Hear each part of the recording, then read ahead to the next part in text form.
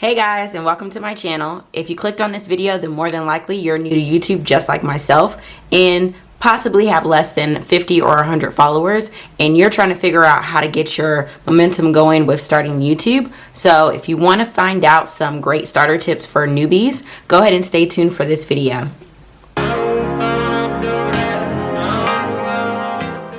Five things you're going to get from this video is going to be an example of a great YouTube setup, something that's simple and doesn't take up a lot of space. Also, we're going to talk about equipment that you need, from your lighting to your tripods, cameras, and everything else. It's having amazing apps. So what are going to be some apps that you edit your videos and possibly your YouTube channel thumbnails and channel art.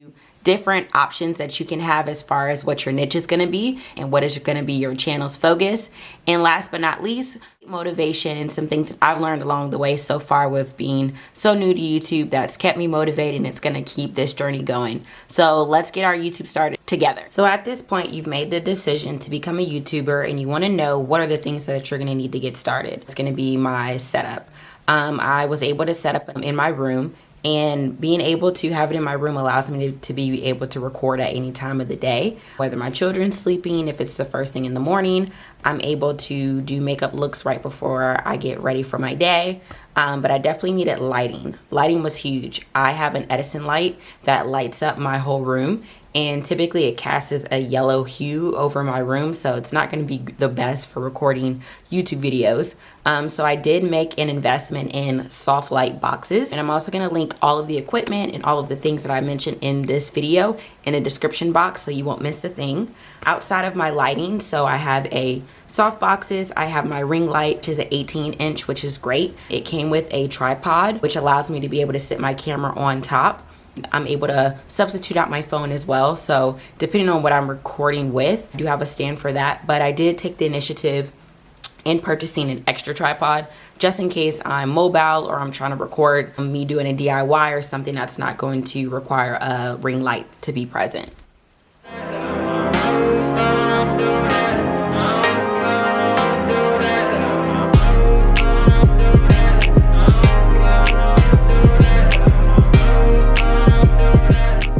Quick sidebar, as you can see with no lights on, my room is pretty well lit with just my soft boxes and my ring light. The time of day that I'm recording is roughly around 6 p.m. The lighting is very, very important for when I'm recording makeup looks or if I'm possibly doing a outfit try on. So making sure that your lighting is completely consistent in all your videos and that everything is visible is going to be most important. Also, if you haven't already, check out my DIY video for my bed that you see in this video. Link in the description box. In addition to the setup, finding a great backdrop was something that was kind of very stressful for me. I didn't know if I wanted to be on a blank wall, if I wanted to do a cameo in front of my bed, if I wanted to have wall art, or what it was going to look like. I encourage you to stay very simple, making sure that your backdrop isn't too cluttered or it's not something that's going to distract your viewers from what you're doing. I personally love art, so typically you'll see pictures, paintings, or whatever behind my backdrop. 2020, I plan on getting pretty creative with my backdrops and even being able to do a DIY to show you guys how you can customize it on a budget, and it can be portable for you as well. That comes up to mind is, what do you record off of? So when I first got started, I didn't know if I wanted to stick with it, but the more and more I do it every day, it's become part of my lifestyle, and I have the support of friends and family, so it is a thing that I'm very, very indulged in. But the first thing that I decided to record off of was my iPhone. I currently have an iPhone X, and with the quality of the camera, it works just as good as any device that you can possibly purchase. But one of the biggest things that came up is storage. And if you're an iPhone user, you know that storage is something that you buy extra of, or you're trying to delete pictures, videos every day so you can not run out of storage at the moment that you really don't need that to happen. But this holiday season, I did decide to go ahead and invest in a new camera. I invested in is the Canon EOS M50 at Target, and by far has been the best decision that I've made on this journey. I've realized that my skills with photography has gotten a little bit better from the camera quality and being able to shoot and being able to look back at my pictures. I'm learning so much more about lighting. So I would definitely say outside of your lighting, what you're recording off of, having a tripod, and definitely little things here and there such as a hard drive or external hard drive, thumb drive that's going to be great for storing pictures, or if you're an Android, having a Google account so you can store your photos online, or possibly having an Apple iCloud so that way you can back up your photos and videos just in case of an emergency or something happens with your phone. By the way, if you're liking what you're hearing so far, go ahead and take a second and hit that subscribe button. Also, feel free to leave a comment on what you plan to do in 2020 to help grow your channel and get your channel started so that way you can be one of the best YouTubers in 2020. Let's talk about apps, baby. One of the most important things about YouTube is your channel art, your thumbnails, and also how you edit your videos and making sure that you're using music that is legal to you. Currently, my most used apps on my phone is going to be Canva. This little one right here. It a lot for my channel art, my banner that goes on my YouTube channel. Also, I use it for every single thumbnail that I create.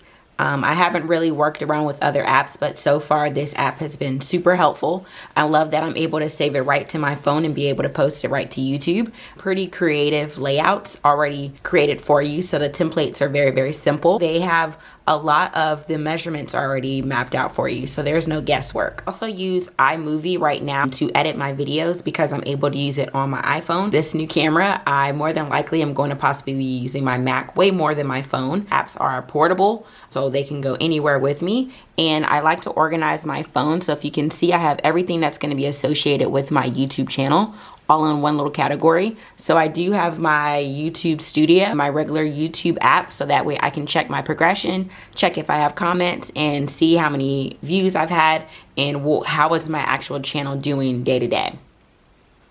I'm gonna try not to mess up this word. Niche. However you say it. Do you have one?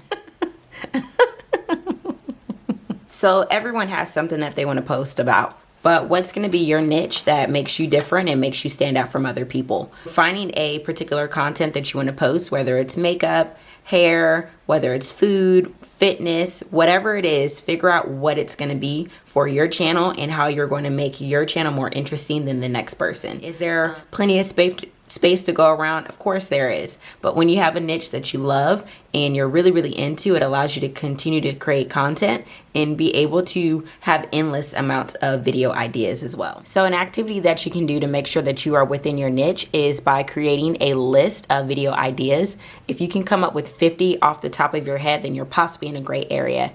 If you struggle getting up to at least 10, then you might want to rethink your area where you're trying to create content and focus on something that you can have endless ideas for. The other thing that is great for your niche is connecting with people that are in the same category as you. Before I wrap up this video, I want to talk about the 5 things that I've learned from doing YouTube for less than a month that's been super helpful for me in helping me get over my fears and just the all over a lot of information that you learn from getting started. Tip number 1, don't compare yourself. So there's going to be a lot of YouTubers that you follow or people that you watch their videos, and little do you know they've been doing YouTube for more than maybe a year and possibly even 10 years. So don't compare yourself to others. Just make sure that you're focused on what you're doing and what your goals are for creating your YouTube channel. Tip number 2, this is a full-time gig.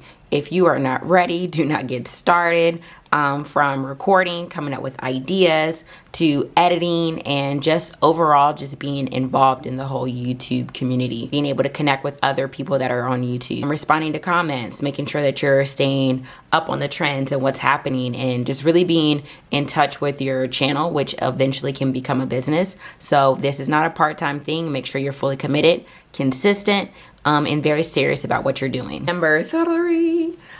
You are going to be in front of the camera a lot. So not every time that you are on the camera, you're not going to like everything that you see, from maybe the lighting, what you're wearing, how your makeup is sitting. So it's okay to be human, and you don't have to be perfect all the time. When you are talking into the camera, don't be nervous and be yourself. You are going to do a few takes. So if you need to edit, if you need to cut something out, and even if you want to keep something, part of watching people on YouTube is being able to see their true selves and seeing people actually make mistakes. Number 4, if I had to say one thing, it is to be very clear, be very direct, and inform everybody on everything that you do. So when you say you're going to link something in the description box, link it. If there's something that you're wearing, if it's something that you've bought, purchase, use for a DIY, make sure that you're giving all of the information and where your subscribers can find things. And also, if somebody comments or likes your post or your video, make sure that you're commenting in a good amount of time so that way people know that you're interactive and you're not just posting content just because. And lastly, tip number 5, and which is my golden 4. So making sure that you're consistent, posting often, and you're posting on a schedule, and being transparent. So be very honest about what you have to say and what you're sharing with the world. Making sure that you're always doing your research. There's never too much that you can learn, but you're always looking for other ways that you can grow yourself and grow your channel. And lastly, be yourself. Be unique. Be true to what you love and post what you love, and making sure that you are having fun at the same time.